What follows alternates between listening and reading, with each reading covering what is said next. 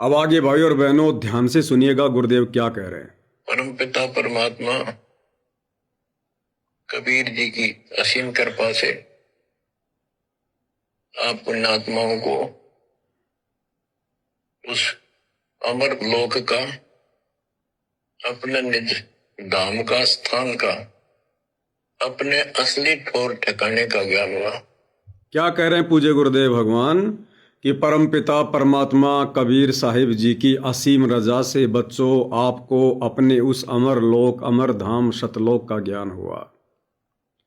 भाई और बहनों, आप और हमें तो वर्तमान समय में कलयुग की बिचली पीढ़ी में सतलोक की जानकारी, सचखंड की जानकारी, सृष्टि रचना की जानकारी, सतभक्ति की जानकारी, अच्छे बुरे भक्ति कर्मों की जानकारी हमारे पूज्य गुरुदेव सतगुरु रामपाल जी भगवान की असीम कृपा से प्राप्त हुई है, उनकी असीम रजा से प्राप्त हुई है। हमने ना तो दाढ़ी मूंछ वाले कबीर को देखा, ना हम उनको जानते, ना पहचानते। भाई कबीर जी की असीम रजा से प्राप्त हुई, ये जानकारी मिली, तो आज वर्तमान में दाढ़ी मूंछ वाला कबीर कहां है जिसने ये जानकारी दी है? वो दाढ़ी मूंछ वाले रूप में तो 650 साल पहले आए थे, जिनको कबीर दास कहा जाता था। अब 650 साल पहले हम थे या नहीं थे हमें क्या पता, और थे भी तो हमें याद थोड़ी है। और उस समय उन्होंने क्या जानकारी दी थी आप और हमें याद थोड़ी है। हमें वर्तमान में ये जानकारी किसने दी? वर्तमान में ये जानकारी कौन दे रहा है? किस महापुरुष की असीम रजा से हमें ये जानकारी मिली है? वो हमारे लिए ओरिजिनल कबीर है, असली कबीर है। तो गुरुदेव सत्संग वर्तमान आप और हम आत्माओं के लिए कर रहे हैं, आप और हमें समझा रहे हैं, आप और हमें कह रहे हैं कि परमपिता परमात्मा कबीर साहिब की असीम रजा से बच्चों हमें अपने निज घर सतलोक की जानकारी हुई है। तो वर्तमान में तो सतगुरु रामपाल जी की असीम रजा से हुई है। तो हमारे लिए एकमात्र कबीर, एकमात्र परमात्मा केवल सतगुरु रामपाल जी हैं। इनके अलावा हम और किसी दाढ़ी मूंछ वाले कबीर को नहीं जानते, हम और किसी भगवान को नहीं जानते, और ना हमने इनके अलावा किसी और कबीर को जानने की जरूरत है। इतना दृढ़ विश्वास, इतना दृढ़ निश्चय जिस भगत को हो गया और यदि आजीवन मर्यादा में रहा तो भाई और बहनों उसका बेड़ा पार है। ये भक्ति पतिव्रता पद की है। 10 खसम बनाकर आप कभी भी सतलोक नहीं जा सकते। द्रौपदी की तरह 5 पतियों की औरत बनकर कभी मोक्ष प्राप्त नहीं किया जा सकता। अगर आपके घर में, आपके दरबार में 5 पतियों की फोटो है, उठा के बाहर फेंक दो, कूड़े में डाल दो, आग लगा दो। यदि आपके घर में दाढ़ी मूंछ वाले कबीर की फोटो, फिर आपके दादा गुरु जी की फोटो, पंडित चिदानंद जी की फोटो, गरीबदास जी की फोटो और बीच में सतगुरु रामपाल जी की फोटो, अगर इस प्रकार की कोई फोटो आपके घर में है, आपके दरबार में है, और यदि आपने उसको तुरंत प्रभाव से नहीं हटाया, आप मोक्ष की उम्मीद मत करना, क्योंकि आप तो पंचभरतार नारी हैं द्रौपदी की तरह। आत्मा एक है, उसका परमात्मा भी एक ही होना चाहिए। उसको कहते हैं पतिव्रता स्त्री। अरे जिसके 5 पति हों, जो 5 की पूजा करे, वो तो वैश्या है, वो तो वैश्या भक्ति होगी। गीता में जिसको व्यभिचारिणी भक्ति कहा है, व्यभिचारिणी यानी वैश्या। तो भक्तों का तो एक ही पति होना चाहिए, और भक्तों का पति उसका सतगुरु होता है। सतगुरु ही भगत का भगवान होता है। तो जिसके घर में, जिसके घट में, जिसके लोकेट में, जिसके दरबार में, जिसकी घर की दीवारों पर, जिसकी जुबान पर केवल एक परमात्मा उसका गुरु है, वो भगत ये पाड़ा जीतेगा। बाकी भैया भक्ति करते रहो, दान धर्म करते रहो, परमात्मा उसके प्रतिफल में मनुष्य जन्म दे देगा, धनमाल दे देगा, मनुष्य जन्म बर्बाद करते रहो। तो क्या कह रहे हैं गुरुदेव कि परमपिता परमात्मा कबीर साहिब जी की असीम रजा से बच्चों आपको अपने घर की जानकारी हुई है। अरे सतगुरु रामपाल जी के बताने से पहले हमें क्या पता था कौन सा हमारा घर है। हम तो इसी गंदे लोक, इस पृथ्वी लोक पर जो भी झोपड़ी थी, जैसी भी झोपड़ी थी, मकान था, हम तो उसी को अपना घर मान रहे थे।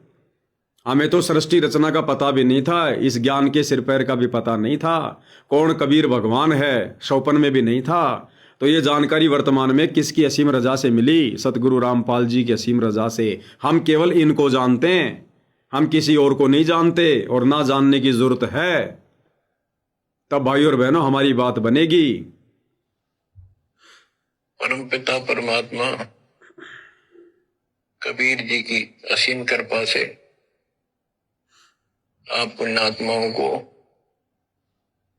उस अमर लोक का, अपने निज धाम का, स्थान का, अपने असली ठोर ठिकाने का ज्ञान हुआ।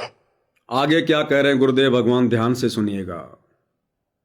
बच्चों, आपको परमात्मा की अमर कथा, अमर महिमा, सच्चा ज्ञान और सच्ची भक्ति प्राप्त है। इसको सामान्य बात ना समझो, और आप सामान्य आत्मा नहीं हो। लख बर सूरा दूध ही लख बर सामद दे, लख बर ती जहान में तब सतगुरु सुना दे। क्या कह रहे हैं गुरुदेव भगवान की बच्चों, आपको अमर परमात्मा की अमर कथा सुनने को मिल रही है।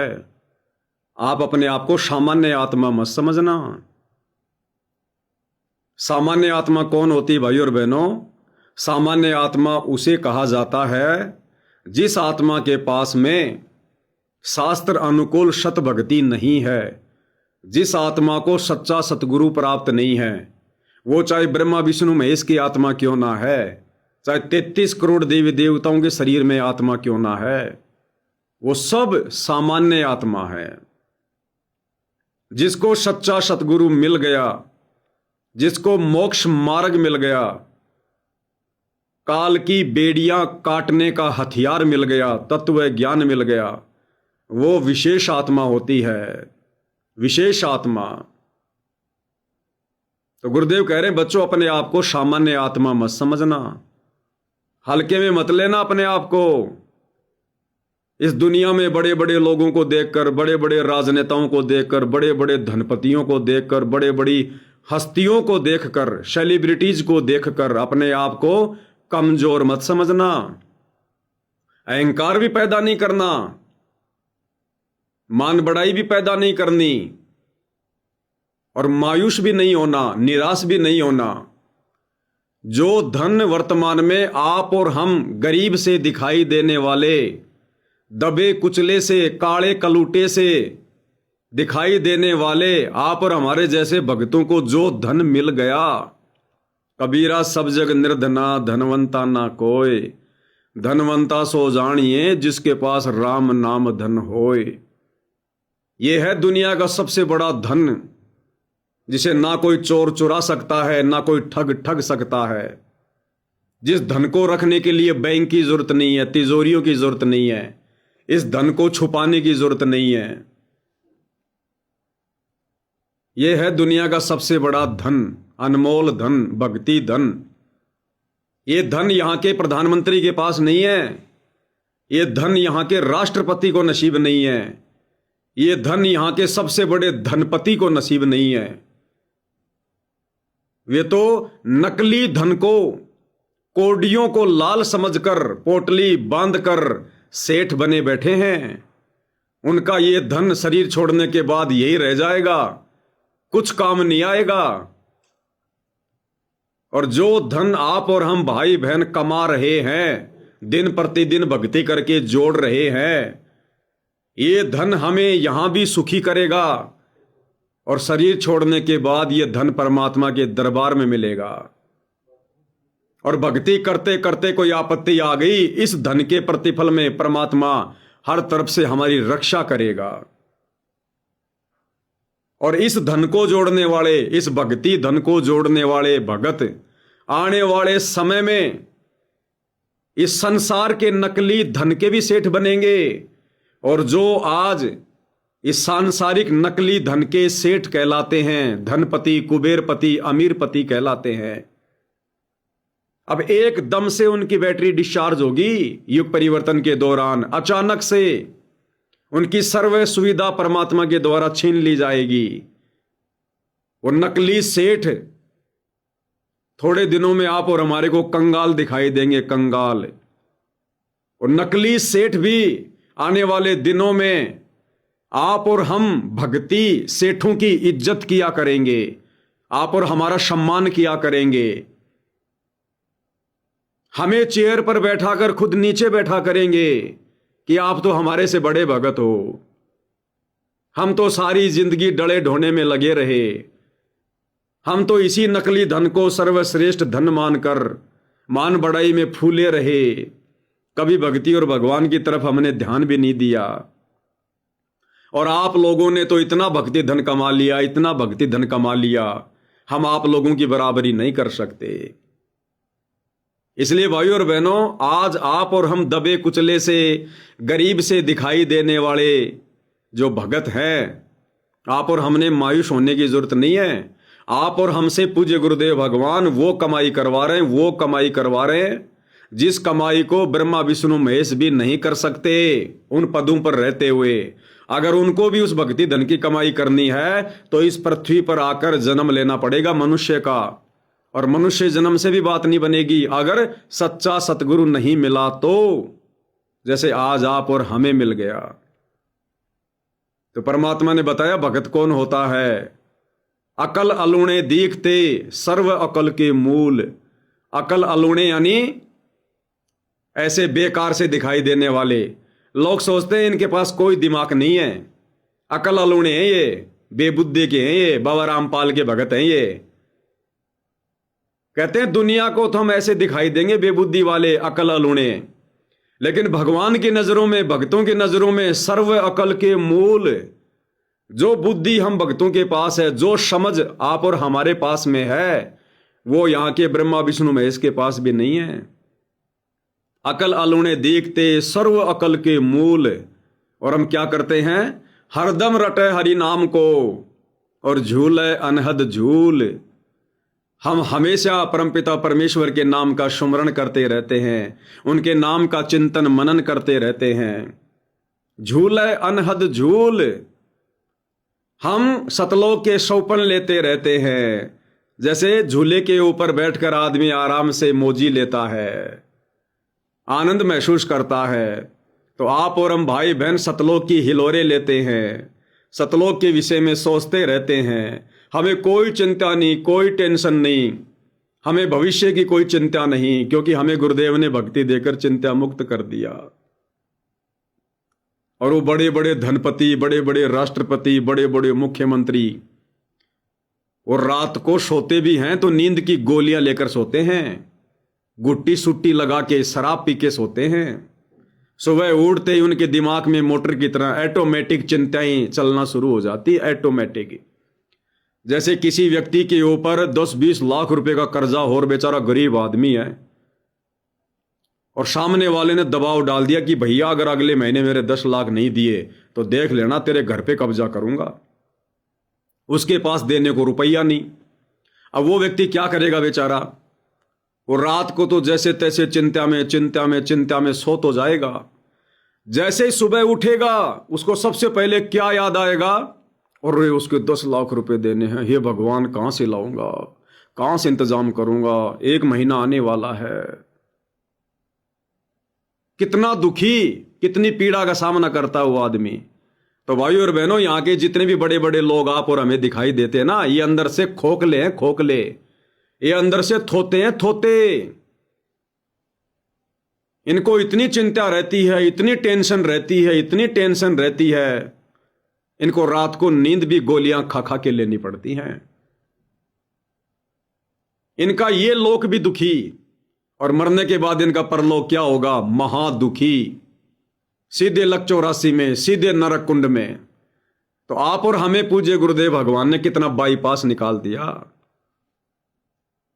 हमें आज गुरुदेव भगवान की शरण प्राप्त करके, और जो ये ज्ञान समझ में आ गया है, हम भाई बहन यहीं पर सतलोक का सुख महसूस करने लग गए, यहीं पर, इस काल के लोक में, इस गंदे लोक में जिसको शराप मिला हुआ है।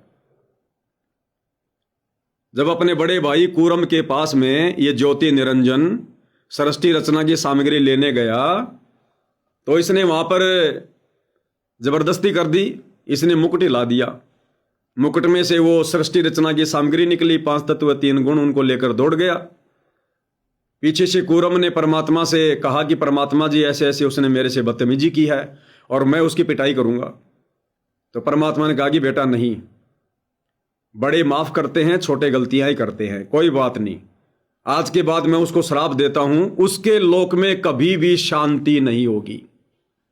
इसी प्रकार से लड़ाई झगड़ा रहेगा, भाग दौड़ रहेगी, घर घर में लड़ाई झगड़ा, चिंता, टेंशन, ये वहां से श्राप लगा हुआ है।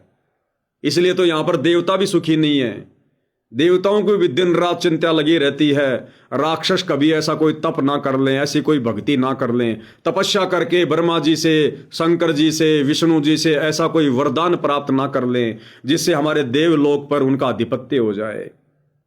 लड़ाई झगड़े होते रहते हैं, उनके देवासुर संग्राम होता रहता है। आप और हम पृथ्वीवासियों से भी ज्यादा गुरुदेव ने बताया उनमें राग, द्वेष, ईर्ष्या, मान बढ़ाई सड़ रहे हैं, क्योंकि ये 21 ब्रह्मांड इसको श्राप लगा हुआ है। यहां शौपन में कोई सुखी नहीं, और जो जितना ज्यादा पैसा वाला वो ही उतना ज्यादा दुखी, उतना ही ज्यादा परेशान, उतना ही ज्यादा पीड़ित। केवल हमें दूर बैठा हुआ वो अच्छा दिखाई देता है, केवल दूर बैठा हुआ। कहते हैं ना कि दूर के ढोल सुहावने लगते हैं। जब दूर कहीं कोई बाजा बज रहा हो ना तो हमें बड़ा आनंद आता है, और जब उसके पास में जाएंगे तो वो आवाज हमारे कान फोड़ देती है, कान। कहते हैं दूर के ढोल सुहावने लगते हैं। तो ये दुनिया वाले जो बड़ी बड़ी गाड़ियों में घूमते हैं, बड़ी बड़ी कोठियों में रहते हैं, बड़े बड़े राजपद प्राप्त हैं, मंत्री पद प्राप्त हैं, जो हमेशा टीवी चैनलों पर आते रहते हैं, बड़े बड़े लोग उनकी इज्जत करते हैं, माला पहनाते हैं, ये दूर के ढोल है, दूर के ढोल। ये हमें दूर से अच्छे लगते हैं, और जिस दिन कोई इनके सांचे में ढलेगा, यानी इनके जैसी स्थिति में जब कोई आएगा, तब पता चलेगा। सुबह से लेकर शाम तक उनको ढंग से रोटी खाने का भी समय नहीं मिलता। तो कहने का मतलब है गुरुदेव भगवान का कि बच्चों, आज आपको ये अमर परमात्मा की अमर कथा सुनने को मिल रही है। आपकी किस्मत के बराबर कोई भी नहीं है यहां पर, कोई भी। अपने आप को सामान्य आत्मा मत समझना। इस झूठे लोक की झूठी दुनियादारी को देखकर, यहां की झूठी रंग रेलियों को देखकर, यहां के झूठे सुखों को देखकर, चाहे तुम्हारा पड़ोसी सुखी है, चाहे तुम्हारे रिश्तेदार सुखी हैं, उनके झूठे सुखों को देखकर जो परमात्मा से दूर है, कभी भी मन में मायूस मत होना। वो तो सड़ रहे हैं, सड़ रहे हैं वो। तुम्हें जो आनंद आज प्राप्त है, भले तुम गरीब हो, भले तुम निर्धन हो, भले तुम्हारी जरूरतें बड़ी मुश्किल से पूरी हो रही है, लेकिन तुम्हें जो आनंद है, तुम्हें जो सुख है, वो यहां के सुरपति को भी नहीं है, यहां के सुरपति को भी नहीं है। भाई और बहनों, कभी कभार जरा सा विचार करके देख लेना, एकांत में बैठकर, कि सोचो मैं आज सतगुरु रामपाल जी की शरण में ना होता तो आज मेरी क्या दिनचर्या होती, आज मैं क्या कर रहा होता। सुबह उठते ही मैं कैसे भागता, कैसे दौड़ता, 2 टाइम की रोजी रोटी के लिए, परिवार की आवश्यकताओं की पूर्ति के लिए। फिर कभी बच्चों का जन्मदिन आ रहा है, समाज के देखा देखी उनका जन्मदिन भी मनाना पड़ता, जेब में पैसा नहीं है, किसी से उधार लेना पड़ता, 10 पड़ोसियों को बुलाना पड़ता, 10 रिश्तेदारों को बुलाना पड़ता, डीजे बजाना पड़ता, खाने पीने का इंतजाम करना पड़ता। लोग खा रहे हैं, पी रहे हैं, डीजे बजा रहे हैं, और खर्च करने वाला टेंशन में।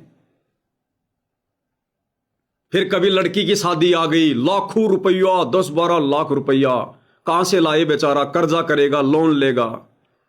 फिर लड़के की शादी आ गई, लड़की पता नहीं कैसी आएगी, बहू कैसी आएगी, लड़ाई करेगी, झगड़ा करेगी, क्या करेगी। बेचारे डर डर के जिएंगे, कहीं दहेज का मुकदमा ना लगा दे, कहीं जेल में ना डलवा दे। दुनिया भर की टेंशन। कभी रिश्तेदारी में कोई शादी आ गई, कहीं कोई मर गया, कहीं किसी का जन्मदिन है, नहीं गए तो मर गए, गए तो गए 10-15 हजार रुपए पानी में। कहने का मतलब भाई और बहनों, सड़ सड़ के जीते हम, सड़ सड़ के। हमें परमात्मा ने हर प्रकार से बाईपास निकाल दिया, हर प्रकार के नशे से दूर कर दिया, हर प्रकार की सामाजिक बुराइयों से दूर कर दिया, झूठी यारी दोस्ती रिश्तेदारी से दूर कर दिया, झूठे लोग दिखावे से दूर कर दिया, दुनिया भर के खर्चे से दूर कर दिया, दुनिया भर के बार त्योहारों से दूर कर दिया। परमात्मा की भक्ति कर रहे हैं, स्वस्थ हमारा शरीर रहता है, कोई रोग नहीं, कोई शोक नहीं, नहीं तो हॉस्पिटलों में जो है वो सड़ते, कभी किसी से खून मांगते, कभी किसी से जो है वो किडनी मांगते, रिश्तेदार मुंह फेर लेते, भैया हमारे पास पैसा नहीं है, दे देंगे तो तू कहां से देगा। कभी बच्चों की फीस भरने के लिए किसी से पैसे मांगते। आजकल बच्चों की फीस भी बड़ी महंगी महंगी, कभी कोचिंग कराओ, कभी ट्यूशन कराओ, कभी ये करो, दुनिया भर के कोचिंग सेंटर, लाखों रुपया खर्च भी कर दिया, फिर भी उम्मीद नहीं कि ये नौकरी लग जाएगा। नौकरी नहीं लगा तो फिर बाप उसको टॉर्चर करेगा, तेरे ऊपर इतना पैसा खर्च कर दिया, तूने बर्बाद कर दिया मेरे को। बच्चा टेंशन में आके आत्महत्या कर लेगा, सुसाइड कर लेगा, घर छोड़ के भाग जाएगा, फिर मां बाप दुखी। कहने का मतलब भाई और बहनों, हम सड़ रहे होते, भयंकर तरीके से सड़ रहे होते, जैसे आज ये दुनिया सड़ रही है। किसी के घर में शांति नहीं है, हमें दूर से अच्छे लगते हैं, उनके घर में जाके देख लो, एक दिन 24 घंटे बैठ के देख लो, मियाँ बीबी में अनबन, भाई बहन में अनबन, रिश्तेदारों में अनबन, कोई किसी पे विश्वास नहीं करता, एक दूसरे पे शक किए बैठे रहते हैं। आज आप और हमारे दिल परमात्मा ने साफ कर दिए, पाक कर दिए। तो भाई और बहनों, आप और हम सामान्य आत्मा नहीं हैं। मानुष से देवता की ये करत न लाई बार, देवताओं से भी उत्तम बना दिया गुरुदेव ने, देवताओं से भी उत्तम। और क्या कह रहे हैं परमात्मा, लख बर सूरा जूझ ही लख बर सावंत दे, लख बर यति जहान में तब सतगुरु शरणा ले। हम क्यों सामान्य आत्मा नहीं है? क्या कह रहे हैं गुरुदेव कि तुमने लाखों बार सूरवीरों के जन्म प्राप्त किए बच्चों। ये ना सोचना कि वैसे स्वाभाविक तुम सतगुरु रामपाल जी के शरण में आ गए। सतगुरु रामपाल जी की शरण में आना कोई सामान्य बात नहीं है। यहां का प्रधानमंत्री बनना सामान्य बात है, अमेरिका का राष्ट्रपति बनना सामान्य बात है, विष्णु पद प्राप्त करना, ब्रह्मा ये पद प्राप्त करना, शिव पद प्राप्त करना सामान्य बात है। सतगुरु रामपाल जी का भगत बनना, उनकी शरण प्राप्त करना, ये बहुत असामान्य बात है। कौन प्राप्त करता है? लख बर सूरा जूझ ही लख बर सावंत दे, और लख बर यति जहान में तब सतगुरु शरणा ले। सतगुरु कब अपनी शरण में लेता है? जब आत्मा लाखों बार सूरवीर के जन्म प्राप्त कर लेती है। और सूरवीर कौन होता है? जो संघर्ष के मैदान में, युद्ध के मैदान में अपनी गर्दन कटवा सकता है, लेकिन कभी पीठ दिखाकर वापस नहीं भागता। जो ना बुराई को सहन करता है, जो ना बुराई कभी करता है, जो किसी के दुख दर्द तकलीफ को देख नहीं सकता, किसी के ऊपर हो रहे अत्याचारों को देख नहीं सकता, उसको कहते हैं सूरवीर। सामाजिक भाषा में, संत भाषा में, भक्ति मार्ग में सूरवीर वो नहीं होता जो 10-15 को मार दे, किसी के सामने लड़ाई झगड़ा करने को तैयार हो जाए। भक्ति मार्ग में सूरवीर वो होता है जो मर्यादाओं के लिए संघर्ष करता है, प्रेम के साथ, अहिंसा के साथ। भक्ति मार्ग में वो है सूरवीर। भक्ति मार्ग में जिसने गालियां निकाल दी, जिसने लठ उठा लिया, जिसने मारपीट कर दी, वो कायर है, वो सूरवीर नहीं है, वो कायर है। और सामाजिक क्षेत्र में सूरवीर वो है जो लड़ाई के मैदान में सीना तान के खड़ा रहे, मरने को मर जाएगा लेकिन पीठ नहीं दिखाएगा। तो ऐसे ऐसे लाखों जीवन आप और हमने सूरवीर के भोगे। लख बर सूरा जूझ ही लख बर सावंत दे, लाखों बार आप और हमने जब जब हमारे को मनुष्य जन्म मिला, हमने सावंत देह शरीर प्राप्त किए। और सावंत देह शरीर क्या बताया गुरुदेव ने? जिसका एक हाथ या जिसके दोनों हाथ अपने पैर के घुटने से नीचे तक होता है, पैर के घुटने से नीचे तक। जैसे आपने गोरिल्ला नहीं देखा? गोरिल्ला देखा होगा आपने। गोरिल्ला जब चलता है तो ऐसे चलता है, उसके दोनों हाथ उसके घुटने से नीचे तक होते हैं। ऐसे ही आप और हमने लाखों मनुष्य जन्म इतने लंबे लंबे हाथ वाले इंसानों के प्राप्त किए हैं, जिनको सावंत देह कहते हैं। यानी वो बहुत ही ज्यादा धार्मिक आत्मा होती है, बहुत ही ज्यादा वो पुण्यवान आत्मा होती है, जिसके दोनों हाथ या एक हाथ घुटने से नीचे तक होता है। और गुरुदेव ने बताया, आदरणीय गरीबदास जी सावंत देह थे। आदरणीय गरीबदास जी महाराज सावंत देह थे। गरीबदास जी के दोनों हाथ उनके घुटने से नीचे तक थे। ऐसे ऐसे आप और हमने लाखों जन्म प्राप्त किए। लख भर सूरा जूझ ही लख भर सावंत दे, और लख भर यति जहान में। यति जो ब्रह्मचारी रहता है, जिसने सौपन में भी किसी स्त्री की कभी कामना नहीं की। हनुमान जी जैसे हमने लाखों यति के जीवन प्राप्त किए हैं। लाखों बार हम परमात्मा प्राप्ति के लिए यति के जीवन जी चुके हैं। तब सतगुरु शरणा ले। ऐसी आत्माओं को, ऐसी पुण्य आत्माओं को जो लाखों जन्म इस प्रकार के जी चुके हैं, उन आत्माओं को सतगुरु रामपाल जी की कलयुग की बिचली पीढ़ी में शरण मिलती है। कलयुग की बिचली पीढ़ी में। अब सोचो, ये दुनिया वाले भाई और बहनों, आप और हमारे पासिंग भी नहीं है, पासिंग भी।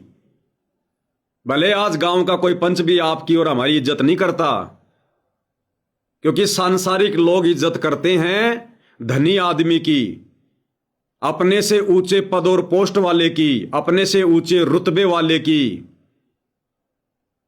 भले आप और हमारी कोई इज्जत नहीं है विशेष, लेकिन परमात्मा की नजरों में आप और हमारे से बढ़कर किसी की इज्जत नहीं। तो आप और हमने तो भक्ति मार्ग में परमात्मा को रिझाना है, दुनिया को थोड़ी रिझाना है। हमने जगत को देख के थोड़ी चलना है, संसार को देख के थोड़ी चलना है। इसलिए गुरुदेव कह रहे हैं, बच्चों तुम्हारी किस्मत की तुलना यहां 21 ब्रह्मांड में किसी के साथ नहीं की जा सकती, क्योंकि आज आप और हमारा 21 ब्रह्मांड से बाहर निकलने का समय आ गया। और बाकी ये जितने भी बड़े बड़े देव महादेव हैं, ये तो अभी ना जाने कितनी बार लक 84 में गोते खाएंगे। तो आप और हमने अपने आप को सामान्य आत्मा नहीं समझना है। हम सतगुरु की विशेष प्यारी आत्मा है, प्रिय आत्मा है। भले कोई गरीब है, निर्धन है, शरीर से लूला लंगड़ा है, या काला कलूटा है, जैसा भी लोग कहते हैं, देखते हैं। परमात्मा इन चीजों को नहीं देखता कि ये भगत पतला है, इसकी हाइट छोटी है, इसका रंग काला है, सांवला है। नहीं, वो ये नहीं देखता। परमात्मा अपनी आत्मा देखता है, आत्मा के अंदर भक्ति धन देखता है। परमात्मा को शरीर दिखाई नहीं देते, परमात्मा को रंग दिखाई नहीं देता। वो परमात्मा है, वो केवल आत्मा देखता है। शरीर तो आप और हम जीव देखते हैं। शरीर देखकर पहचान तो आप और हम करते हैं, नाम से पहचान आप और हम करते हैं। परमात्मा नाम से और शरीर से पहचान नहीं करता। परमात्मा अपनी आत्मा देखता है, आत्मा के अंदर भक्ति धन क्या है वो देखता है। जैसे आपने देखा होगा, कई बार गांव में सरकार की तरफ से लोग आए, उन्होंने गाय और भैंस के कान में वो एक स्टेपलर सा मार देते हैं। आपने देखा होगा, एक मोर्ची लगा दी जाती है उसके कान के ऊपर। वो काउंटिंग होती है, इस गांव में कितनी गाय हैं, इस गांव में जो है वो कितनी भैंस हैं। वो सरकार के कैंडिडेट आते हैं और वो मोहर लगा जाते हैं और चले जाते हैं। जब दूसरा कोई आएगा साल भर बाद में काउंट करने के लिए, तो वो गाय या भैंस की शक्ल देख के थोड़ी पहचानेगा कि ये गाय पवन दास की है या ये गाय किसी और दास की है। वो गाय या भैंस की शक्ल से नहीं पहचानता ये किसकी है। वो मोहर चेक करेगा, मोहर के कितने नंबर हैं, इस नंबर से कंप्यूटर में देखेगा ये फला फला व्यक्ति की है, फला फला व्यक्ति की है। तो इसी प्रकार परमात्मा भगत का शरीर नहीं देखता, भगत का रंग नहीं देखता, भगत का सांसारिक धन नहीं देखता, भगत की पोजीशन नहीं देखता। परमात्मा केवल भगत का भक्ति धन देखता है, उसके भक्ति संस्कार देखता है। उस आधार से परमात्मा अपनी आत्मा को जानता है, पहचानता है। तो भाई और बहनों, गुरुदेव कह रहे हैं अपने आप को छोटा मत समझना, कमजोर मत समझना, मायूस मत समझना। ये दुनिया तुम्हारे कदमों के नीचे है, तुम्हारे कदमों के नीचे, क्योंकि तुम सर्वश्रेष्ठ भक्ति धन के धनी हो। तुम्हारा सतलोक जाने का नंबर आ गया।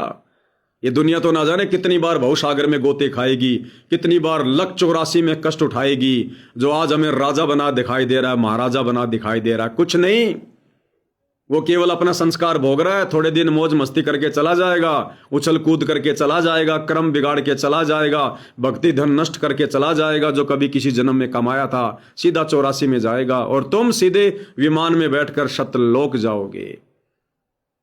तो कहने का मतलब है, हम भगत भाई बहनों ने दुनिया को नहीं देखना, दुनिया के चोंचलों को नहीं देखना, दुनिया के आडंबर और पाखंडों को नहीं देखना।